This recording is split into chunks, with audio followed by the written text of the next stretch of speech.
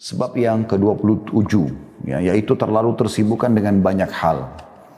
Begini maksudnya, teman-teman coba kerucutkan pada program-program yang padat, berisi, bernilai tinggi, ya, walaupun tidak banyak. Kalau Anda bisa dalam sehari saja menjaga sholat 5 waktu on time, ya, betul-betul dengan kehusyuannya, awal waktunya, berjamaahnya dan segala macam. Terus kemudian Anda bisa mengikuti dengan sholat rawatib, qabliyah dan ba'diyahnya. Anda ikuti dengan zikir pagi petang. Tidak terlalu banyak programnya. Sholat duha dan sholat malam. Ini sudah luar biasa. Coba fokus ke situ dan ya lakukan ini jadikan sebagai program utama. Termasuk itu baca Quran dan berdoa di waktu mustajab antara azan dan iqamah, ya, dan seterusnya. Ini contoh. Jadi nggak usah terlalu banyak program. Kalau itu sudah berjalan, maka sudah menjadi sebuah rutinitas dan Anda lihat ternyata setelah Anda lakukan itu masih ada waktu-waktu luang, Anda gunakan misalnya potensi yang lain apa? Misalnya suka baca buku, ya, suka misalnya menulis, ya, suka misalnya berdiskusi dan seterusnya. Nah ini bisa kita kembangkan setelah itu. Tapi jangan teman-teman baru bangun tidur sudah ada 1000 program di otaknya. Dan dia tidak tahu yang mana dia harus dahulukan, skala prioritaskan, dan dia tidak tahu yang mana dia harus kerjakan. Orang seperti ini kalau terlalu banyak programnya, kita akan temukan dia seperti orang yang cuma mencomot-comot, di sini sedikit, di sini sedikit, di sini sedikit, sehingga tidak ada yang sempurna. Makanya Nabi SAW mengatakan, amal yang paling dicintai Allah, habbul amali ilallah, ya, adwamuha, wa inkan, yang rutin dikerjakan, dikomitmenkan walaupun sedikit, maksudnya sedikit, ya, secara jenisnya, ya. Tapi secara kuantitasnya dan kualitasnya dijaga, seperti itulah, ya. Anda lebih baik bisa menjaga sholat duha 2 rakaat tapi rutin dibandingkan Anda kerjakan 8 rakaat atau 12 rakaat tapi cuma sekali dalam sebulan atau dalam setahun. Maka ini tidak terlalu memperbanyak program adalah hal yang sangat baik, sehingga nanti akhirnya Anda selalu mengatakan oh nanti saja, oh besok saja dan seterusnya. Allah musta'an. Allah tempat kita meminta pertolongan. Semoga Allah memudahkan dan memberkahi umur kita sehingga kita bisa banyak diberikan taufik mengerjakan hal-hal yang harus kita selesaikan sebelum meninggalkan dunia ini. Kata penulis, sebab ke-27 adalah terlalu tersibukkan dengan banyak hal. Penghalang paling besar dalam kehidupan seorang muslim bagi jadwal kehidupan dan berbagai urusannya adalah tidak adanya perencanaan dan pengaturan program. Tidak adanya perencanaan dan pengaturan program. Hingga terkadang ia harus menghadapi tumpukan pekerjaan di dalam waktu yang bersamaan hingga tidak mampu melaksanakannya. Hal semacam ini juga banyak terjadi pada sebagian orang yang multazimin. Sudah sering kita jelaskan multazim artinya orang yang coba istiqamah di ajaran Allah, ya. Hingga berbagai macam pekerjaan menumpuk, mulai dari pekerjaan tugas sampai urusan keluarga, kerabat, teman-teman akrab dan lainnya. Hingga tidak ada waktu baginya untuk beribadah kepada Tuhannya. Hal demikian ini disebabkan oleh beberapa hal. Ya, jadi makanya teman-teman kalau ada kesempatan untuk mengerjakan satu perbuatan jangan ditunda, walaupun itu mudah, selesaikan. Karena Anda tidak tahu, ya, akan datang pekerjaan apa lagi setelahnya, akan datang tugas apa lagi tanda kutip dari Allah SWT. Anda tersibukkan dengan program apa lagi yang baru, maka jangan tumpukan, clearkan, selesai. Kalau sudah clear baru kita buat program yang baru. Tapi yang penting teman-teman usahakan clear. Ada orang banyak begitu, ya, dia tidak menuntaskan banyak hal dalam hidupnya. Contoh misal baca buku seperti ini, dia sudah beli, dia sudah memiliki di rumah, tapi kalau kita tanya mungkin setahun 2 tahun apakah Anda sudah menyelesaikan buku itu? Jawabannya pasti belum. Atau banyak mengatakan belum. Kenapa? Karena dia cuma beli, dia nggak menuntaskan program. Anda kalau sudah beli ini mengeluarkan uang, Anda punya tugas dan kewajiban untuk menyelesaikannya. Supaya tidak sia-sia gitu. Anda nanti bisa beli buku baru. Banyak orang tidak. Oh ini bagus. Belum sempat dibaca, kemudian ada beli buku baru. Bahkan seringkali mereka hanya karena menjadikannya sebuah hobi saja. Sampai akhirnya beli buku di misalnya Islamic Book Fair atau yang semacam itu, misalnya pameran buku Islam, mereka beli lagi. Ternyata tahun lalu sudah beli buku itu. Bahkan belum dibuka plastiknya menumpuk di gudang. Ini kan semua sia-sia saja. Sayang gitu. Yang harusnya mungkin uang itu Anda bisa belikan buku yang lebih bermanfaat. Ini salah satu teman-teman pemicu kenapa kami berusaha untuk selalu membedah buku. Karena kebanyakan yang kami temukan di lapangan, mereka nggak menyelesaikan buku itu. Gitu kan? Sayang sekali. Berapa banyak orang di antara kita minum obat, contoh saja, dosisnya sekian. Dia tidak selesaikan obat itu. Misal, berapa banyak orang makan makanan, dia nggak selesaikan, padahal dia sudah ambil, dan itu tanggung jawab dia menyelesaikannya. Dan sekian banyak contoh berhubungan dengan masalah ini. Tumpuk-tumpuknya beli pakaian, beli sepatu, beli tas, mungkin dia tidak pakai. Gitu kan? Ini semua masuk dalam tabzir. Ya, mubadzir. Ini tidak boleh teman-teman sekalian. Oleh karena itu, coba belajar menuntaskan program yang sudah Anda lakukan walaupun sederhana. Ingat, kesuksesan seseorang itu dinilai dari bagaimana dia menyelesaikan program harian dia. Misal contoh Anda lapar, Anda makan, dan Anda berhasil kenyang, Anda sudah sukses di poin itu. Nah coba tarik itu dalam semua lini kehidupan kita. Seperti kita kalau haus, kita minum, kita cari minum dan dapat minum, dan akhirnya haus kita hilang. Kita sudah sukses di poin itu. Baik, lakukan pada semua hal. Anda beli buku, tuntaskan. Anda beli baju, pakai. Anda apalah, semua harus dituntaskan. Nah, beberapa hal yang ditulis oleh penulis yang menyebabkan terjadinya banyak sekali menumpuk pekerjaan, ya, sehingga tidak ada yang selesai. Yang pertama, menunda-nunda pekerjaan sehari-hari hingga pekerjaan bertumpuk-tumpuk antara satu dengan yang lainnya. Makanya tuntaskan, coba berusaha beristi'anah billah, minta tolong kepada Allah SWT, minta, ya Allah mudahkan saya selesaikan tulisan ini, ya Allah mudahkan saya selesaikan rumah ini, saya selesaikan utang ini, saya selesaikan hafalan ini, saya selesaikan bacaan ini, saya selesaikan ini dan itu. Yang kedua, tidak ada penentuan prioritas pekerjaan yang harus didahulukan dan diutamakan. Padahal Anda harus fokus, prioritaskan. Kalau menumpuk pekerjaan, maka mulai dari pekerjaan yang Anda anggap paling mudah dan mulai saja dulu. Contoh misal begini teman-teman, Anda punya rumah berantakan sekali. Berantakan sekali, jadi berantakan luar biasa. Saya pernah menghadapi dengan keluarga saya begitu. Maka saya berikan contoh pada saat itu. Kalau kita lihat berantakan seperti ini, jangan kita bilang, waduh kepala saya pusing lihat berantakan. Enggak. Tapi apa yang harus saya lakukan? Maka saya bilang, coba mulai dulu. Mulai dengan yang terdekat aja. Misalnya ada kertas berserakan, angkat dulu kertas itu. Mulai saja dulu. Ambil sapu, mulai sapu. Nanti kan persentase dari berantakan itu akan berkurang otomatis.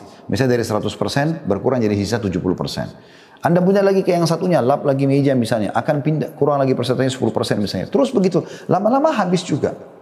Daripada Anda tidak memulai sama sekali. Dan terus saja mengatakan nantilah, nantilah, nantilah. Saya kadang-kadang melihat orang seperti ini terlihat dalam kehidupan sehari-hari ya. Kita masuk ke rumah, rumah berantakan. Ya. Karena selalu ditunda nanti aja, nanti aja, nanti aja. Sampai ada pintu lemari rusak, ada pintu rumah rusak, ada wastafel yang pecah. Semuanya bertahun-tahun begitu saja. Kenapa? Kenapa nggak diperbaikin? Kenapa nggak dilakukan ya, sesuatu di situ? Ya, ini menandakan Anda tidak punya program. Kalau Anda punya program dan Anda tahu mana skala prioritas, Anda akan lakukan itu. Tidak akan ada sesuatu yang luput. Hari ini jangan tidur kecuali sudah tuntaskan pekerjaan Anda hari ini. Tuntaskan. Ya, apalagi itu perbuatan baik. Supaya Anda meninggal, di buku amal Anda tercatat, apa yang telah Allah bebankan pada hari itu, Allah mudahkan pada hari itu, Anda berhasil menyelesaikannya. Yang ketiga, tidak memiliki disiplin pribadi. Nah, jadi dia sendiri tidak punya kedisiplinan. Nah, disiplin itu penting sekali ya.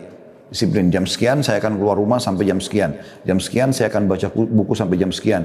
Jam sekian saya akan meeting sampai jam sekian dan seterusnya. Ada programnya. Disiplin dalam mengerjakan. Dan kalau sudah habis waktunya disiplin. Pindah ke yang lain gitu kan. Atau aktivitas yang lain. Seperti itulah. Ya, termasuk ini kedisiplinan diajar dalam Islam ya. Adanya sholat 5 waktu on time itu disiplin. Mengajarkan disiplin kepada kita. Kita zikir, ada zikir pagi, ada zikir petang. Ada bacaan Al-Quran setiap hari gitu kan. Kita kan idealnya membaca tidak kurang dari 2000 sekian ayat, sekitar 2100 ayat lah ya per hari agar Anda bisa mengkhatam 3 hari Al-Quran. Itu rutin dikerjakan oleh para sahabat walaupun bertahap. Kalau tidak Anda mulai membagi kurang lebih 1000 ayat per hari, berarti Anda bisa sekitar 7 hari menyelesaikannya kena 6000 sekian ayat Al-Quran. Ya, nanti pelan-pelan bertahap Anda turun. Kalau tidak Anda sebulan sekali berarti sehari 1 juz itu. Tapi ada program dan mulai Anda tingkatkan ya. Membentuk kedisiplinan untuk menjalankan, lalu kemudian Anda pindah ke program yang lebih baik ya, atau ke peningkatan kualitas, lalu Anda disiplin lagi dan seterusnya. Yang keempat, tidak memiliki kepedulian. Tidak peduli terhadap kesehatannya, terhadap pakaiannya. Kita lihat orang ini penampilannya berantakan, ya, tutur katanya tidak tersusun rapi, ya, banyak hal lah ya, kendaraannya selalu kotor dan segala macam. Saya kadang-kadang kalau naik ke mobil seseorang, saya lihat berantakan. Kenapa orang ini biarkan? Kenapa biarkan karpetnya kotor? Kenapa biarkan kursinya sobek? Kenapa biarkan berantakan di sana sini? Ya, bekas tumpah minuman anak-anak dan segala macam. Kenapa nggak dibersihkan? Ya, itu menumpukan pekerjaan ini masalah ini. Ya, terutama bagi akhwat di rumah juga begitu. Hati-hati, jangan tumpuk-tumpuk. Selesai makan langsung ke wastafel, ya, atau di tempat cuci piring langsung cuci piring, selesai, clear. Jadi selesai pekerjaan itu, tuntas pada saat itu. Juga kita lega gitu kan, tidak menumpuk-numpuk pekerjaan. Kata beliau, menumpuknya pekerjaan yang selalu ada di dalam kehidupan seseorang adalah merupakan satu di antara penghalang kemajuan dan ketenangan jiwa yang merupakan pembantu dirinya untuk melakukan ketaatan kepada Tuhannya. Maka sudah selayaknya bagi seorang muslim untuk mengerahkan akal dan pikirannya pada urusan-urusan akhirat, dan ini adalah prioritas utama baginya. Kemudian urusan-urusan dunianya mengekor kepada urusan-urusan akhiratnya. Sungguh sangat menyedihkan di saat Anda menemukan seseorang yang menamakan dirinya sebagai orang yang konsisten atau orang yang istiqamah di jalan Allah, tenggelam di dalam kelalaian di tengah-tengah kesibukan yang hampir tidak pernah terselesaikan. Hingga setiap kali ia diajak untuk menghadiri majelis-majelis ilmu, maka ia akan menjawab dengan ucapan, saya sibuk sekali. Ya, dan setiap kali engkau menasihatinya agar menuntut ilmu dan banyak membaca buku, maka alasannya adalah waktunya sempit dan banyak kesibukan. Dan kapan ia akan membaca? Tanda tanya. Kapan berintrospeksi diri? Tanda tanya. Dan kapan berdakwah di jalan Allah? Apakah sampai mati itu terus yang akan dia katakan? Tersibukkan karena hanya menumpukan pekerjaan saja. Barang siapa yang memiliki kebiasaan seperti itu, maka ia tidak pernah berhenti mengemukakan alasan-alasan. Dan di antara mereka ada yang sibuk mengejar harta kekayaan dunia, hingga ia kejar harta kekayaan tersebut dengan penuh kehausan. Karena barang siapa masih ada tambahan, atau barangkali masih ada tambahan baginya. Dalam sebuah pepatah dikatakan, tidakkah engkau melihat betapa keajaiban-keajaiban zaman tidak pernah habis? Padahal waktu selalu mencampur baurkan antara sesuatu yang mudah dengan sesuatu yang sulit. Dan di bawah ini terdapat beberapa faktor yang dapat membantu Anda untuk mengatur waktu. Kemudian melakukan kesibukanmu tanpa harus menemui kesulitan atau bersedih hati. Yang pertama, memiliki pandangan yang jelas. Yang saya maksud kata penulis ini adalah hendaknya seseorang memiliki gambaran yang baik dan jelas tentang bagaimana cara berinteraksi dengan lingkungan yang di sekitarnya dan faktor-faktor yang mempengaruhi, baik secara negatif atau positif di dalam aktivitas harian, bulanan, dan tahunannya, atau bahkan hingga lebih jauh dari itu. Untuk itu kita harus sanggup menjawab banyak pertanyaan yang terpenting diantaranya, apa saja tujuan saya, apa saja tujuan yang ingin saya realisasikan. Ya, Anda mulai bertanya, kira-kira apa? Sarana apa yang saya gunakan untuk mencapai tujuan tersebut? Hari ini misalnya mau berbuat apa? Kemudian pikirkan sarananya apa yang harus saya lakukan? Tujuan apa yang harus saya jadikan prioritas utama dari sekian pekerjaan? Berapa lama waktu yang saya miliki? Jangan berlama-lama. Janjian jam sekian sampai jam sekian. Taklim jam sekian sampai jam sekian. Makan jam sekian sampai jam sekian. Ada batas waktunya. Jadi Anda disiplin di situ. Dan supaya lebih rinci lagi, maka kita harus membagi pekerjaan-pekerjaan dan aktivitas yang hendak ya, kita lakukan untuk mencapai tujuan kita menjadi beberapa bagian. Yang pertama misalnya pekerjaan yang penting dan mendesak, yaitu tugas penting yang harus dan mesti dilakukan dengan segera atau di masa mendatang karena melihat akibat buruk dan fatal yang akan ditimbulkan dari penundaan waktu pelaksanaannya. Yang kedua penting tetapi tidak tergesa-gesa, yaitu pekerjaan atau kegiatan yang masuk dalam skala prioritas tapi tidak terlalu mendesak untuk segera dilaksanakan. Kemudian yang ketiga segera tetapi kurang penting, yaitu pekerjaan yang perlu mendapat perhatian segera walaupun tidak termasuk dalam prioritas penting. Ini juga perlu digarisbawahi teman-teman sekalian. Kalau Anda dikerjakan satu perbuatan, usahakan fokus ya. Jadi nggak usah bercabang kemana-mana. Kadang-kadang bercabang kemana-mana ini memakan waktu yang banyak. Dan akhirnya terbuang begitu. Contoh misalnya Anda lagi makan. Lagi makan, Anda fokus makan. Dan targetnya adalah menyelesaikan makanan tersebut. Udah, selesai. Anda pindah ke aktivitas yang lain. Ada orang tidak. Dia makan, tapi dia gunakan juga makan itu misalnya untuk berbisnis misalnya. Sehingga akhirnya Pada saat makan, makannya sambil mengunyah, sambil ngomongin masalah usaha misalnya. Atau sambil ngomongin masalah-masalah kehidupan. Padahal sebenarnya bukan saatnya itu dan bukan bulan tepat. Lebih baik makan itu diselesaikan, berarti satu pekerjaan selesai nih. Baru pindah ke pembahasan masalah bisnis, itu yang benar. Ya. Sehingga terfokus. Nah fokus ini akan memudahkan Anda menyelesaikan masalah. Daripada Anda berpikir antara menyelesaikan makanan dengan memikirkan bagaimana investasi di satu perusahaan atau bagaimana memecahkan masalah keluarga dan rumah tangga, enggak. Anda selesaikan dulu satu pekerjaan, baru kemudian Anda pindah ke permasalahan yang selanjutnya. Yang keempat, pekerjaan yang bersifat pelengkap, yaitu pekerjaan dan kegiatan yang tidak penting untuk dilakukan sekalipun pekerjaan itu ada. Dan yang kelima, waktu yang terbuang, yaitu pekerjaan atau kegiatan yang jika dilakukan maka hal itu akan menimbulkan penyesalan waktu dan pekerjaan atau kegiatan tidak menghasilkan sesuatu yang positif. Maksudnya ini 5 poin adalah bagaimana kita membagi pekerjaan kita, mana yang skala prioritas. Jadi yang pertama adalah pekerjaan yang penting dan mendesak. Itu harus diprioritaskan. Kemudian ada penting tapi tidak tergesa-gesa. Itu yang dikerjakan setelah itu. Kemudian segera tapi kurang penting. Kemudian yang keempat, pekerjaan yang bersifat pelengkap. Dan yang terakhir, waktu yang dipakai untuk membuang-buang. Ini kayak santai segala macam. Nah ini harus menjadi seperti susunan sebuah program dalam kehidupan kita. Itu masuk dalam faktor pertama tadi.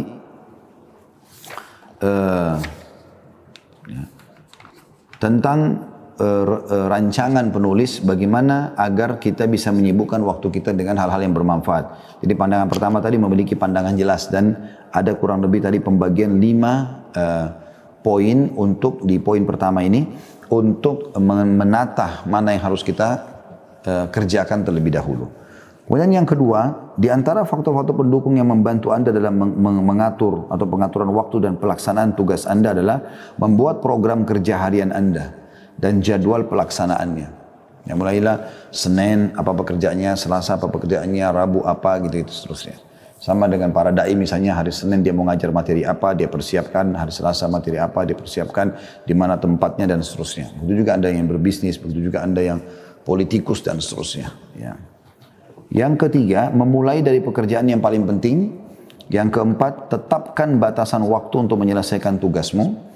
Ya, dan yang kelima, berdoa semoga Allah SWT memberikan keberkahan pada waktu dan pekerjaanmu. Jadi ini tidak kalah penting teman-teman sekalian ya, memulai dengan pekerjaan yang paling penting. Itu tadi yang ketiga ya. Kemudian yang keempat, tetapkan batasan waktu dalam menyelesaikan. Itu penting. Ya. Anda juga kalau ditraktir sama orang, selalu tekankan masalah itu. Selalu tekankan ya, kapan selesai. Anda misalnya kasih sebuah proyek pada seseorang atau Anda memberikan apalah ya, tugas. Maka Anda minta, kira-kira kapan selesai? Kita berikan begitu. Dan itu bukan cuma kepada orang lain, diri kita sendiri pun kita tanya seperti itu. Kira-kira kalau saya baca buku ini kapan saya selesaikan? Kira-kira kalau saya hafal Quran kapan saya selesaikan? Nah, target kapan selesai itu penting. Misalnya setahun. Nah, disinilah kita buat setelah itu program setahun ini apa yang harus kita lakukan. Seperti apa membagi 30 juz Al-Quran bisa dihafal dalam setahun. Tiap hari seperti apa. Baru kita kerucutkan di situ. Nah, di sinilah kita memulainya. Nah, kalau Anda sudah memulai, tidak ada masalah insya Allah.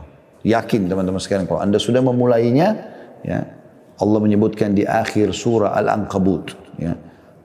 Sehingga saya di akhir Al-Ankabut ini, A'udzubillahi minasyaitonirrajim, walladzina jahadu fina lanahdiyannahum subulana, wa innallaha lama'al muhsinin. Artinya, sesungguhnya orang yang coba menempuh jalan-jalan menuju kami akan tunjukkan jalan-jalan kami. Artinya Allah akan berkahi dan Allah selalu bersama dengan orang yang berbuat kebaikan. Jadi mulai saja dulu. Insya Allah kalau Anda niatnya baik, maka akan selesai hafalan Quran dalam setahun. Insya Allah kalau niat Anda baik, akan selesai baca buku dan ta'limnya dalam 1 bulan misalnya dan seterusnya. Seperti itulah. Nah ini termasuk teman-teman sekalian nanti akan membantu ya memaksimalkan keimanan kita kepada Allah SWT. Dan sebaliknya kalau numpuk-numpuk pekerjaan akhirnya membuat juga secara keimanan kita terganggu dan menjadi lemah hubungannya dengan Allah SWT karena dia tidak tahu apa yang harus dia kerjakan.